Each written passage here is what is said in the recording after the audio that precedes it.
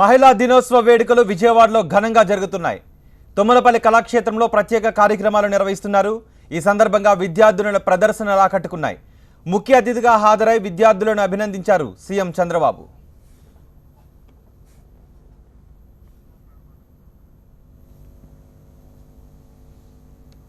ఈ కార్యక్రమంలో ప్రస్తుతం ఏపీ సీఎం చంద్రబాబు మాట్లాడుతున్నారు. ప్రత్యక్ష ప్రసారంలో చూద్దాం. I will celebrate women's achievement. I will champion women's education. ఈ 5 సబ్జెక్టులో ఏదో ఒక సబ్జెక్ట్ తీసుకొని ఎక్కడికక్కడ మిమ్మల్ని అందరినీ కూడా భాగస్వాములుగా చెప్పి కోరాను.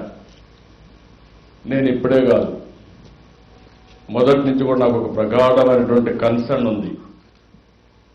మహిళలు చూస్తే నేను కూడా ఒక తల్లి బిడ్డ కాబట్టి నేను కూడా చూశాను. చిన్నప్పటి నుంచి చూస్తున్నాను, మీ కష్టాలు చూస్తున్నాను.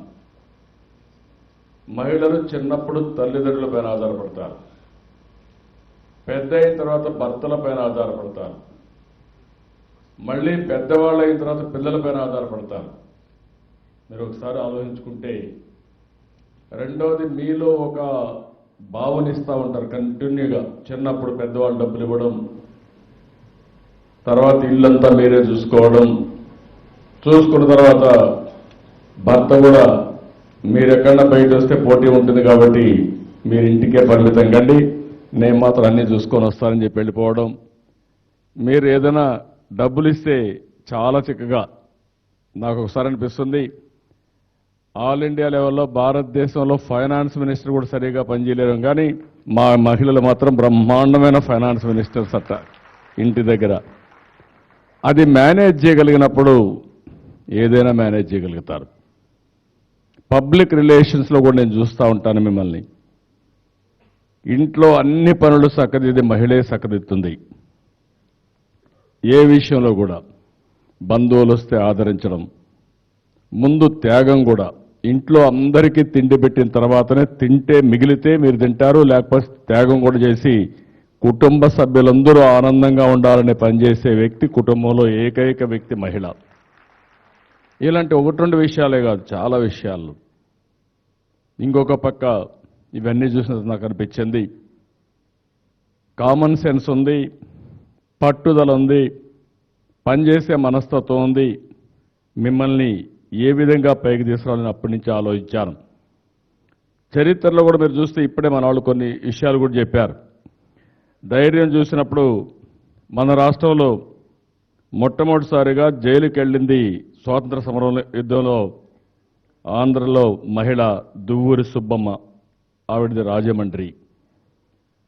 బ్రిటిష్ వాళ్ళు ఒక మాట అడిగారు ఆవిడ్ని, నువ్వు క్షమాపణ చెప్పు, నేను వదిలిపెడతావంటే నా కాలి గోరుకు కూడా అలా క్షమాపణ చెప్పదు, నా కాలి గోరు కూడా క్షమాపణ చెప్పదని చెప్పిన వ్యక్తి దువ్వూరి సుబ్బమ్మ. ఆ ధైర్యంతో ముందుకు పోయారు. జాతీయ గీతం ఉంది, దీనికి బాణి ట్యూన్స్ సమకూర్చింది కూడా ఒక మహిళే, మార్గరెట్ క్యూజిన్. ఈవిడ మదనపల్లి బీటీ కాలేజ్ ప్రిన్సిపల్గా ఉండి ఆవిడ ఈ పని చేయగలిగారు. ఇలాంటి ఎగ్జాంపుల్స్ మీరు చూస్తే చాలా ఎగ్జాంపుల్స్ ఉన్నాయి. మహిళలు ఏ విధంగా పోరాడారు, ఏ విధంగా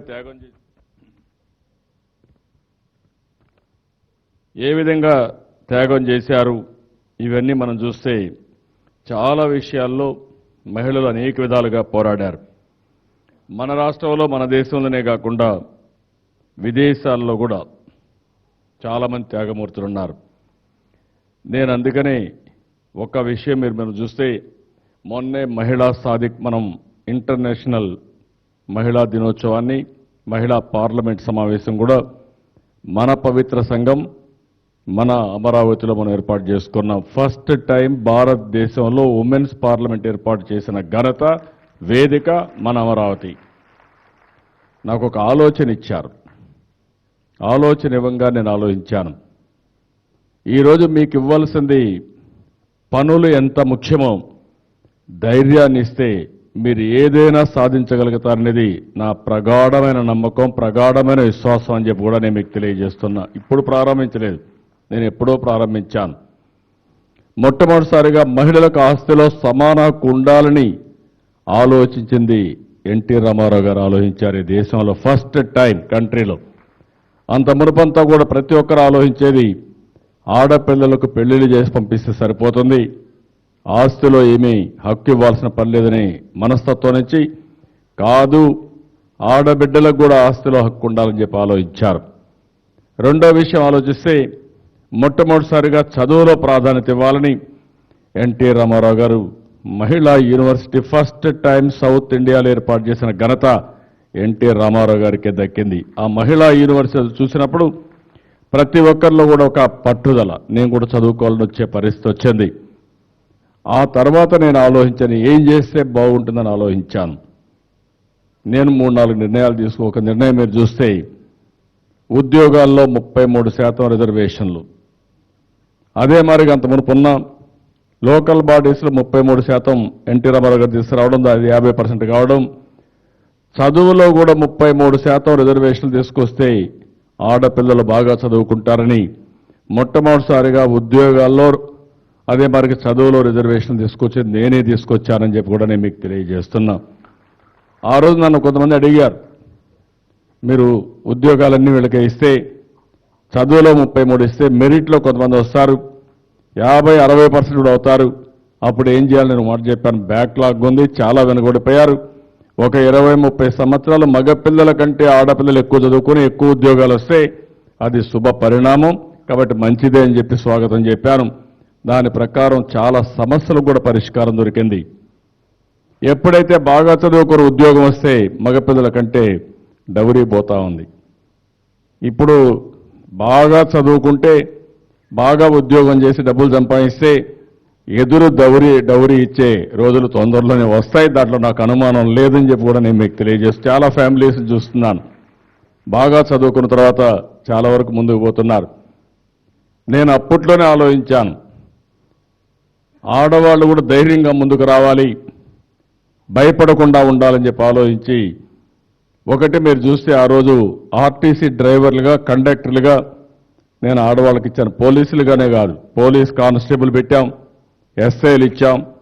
అది కాకుండా ఆర్టీసీ డ్రైవర్లుగా కండక్టర్లుగా పెడితే అన్నీ సక్సెస్ అయ్యాను, కానీ ఆర్టీసీ డ్రైవర్లు ఇంకా నేను సక్సెస్ కాలేదు. ఎందుకంటే ఆ రోజు 4 కండక్టర్లు మీరు చూస్తున్నారు, ఇప్పుడు 33% ఆర్టీసీలో కండక్టర్లు ఉన్నారంటే ఆ రోజు నేను చూపించిన చొరవ. ఈరోజు చాలా నీతిగా పనిచేస్తున్నారు, చాలా సమర్థవంతంగా పనిచేస్తున్నారు, బాగా పనిచేస్తున్నారు. డ్రైవర్లు కూడా మహిళలైన రోజు ఒక ఆత్మవిశ్వాసం వస్తుంది, ఒక కాన్ఫిడెన్స్ వస్తుంది, అది కూడా చేయాల్సిన అవసరం ఉంది.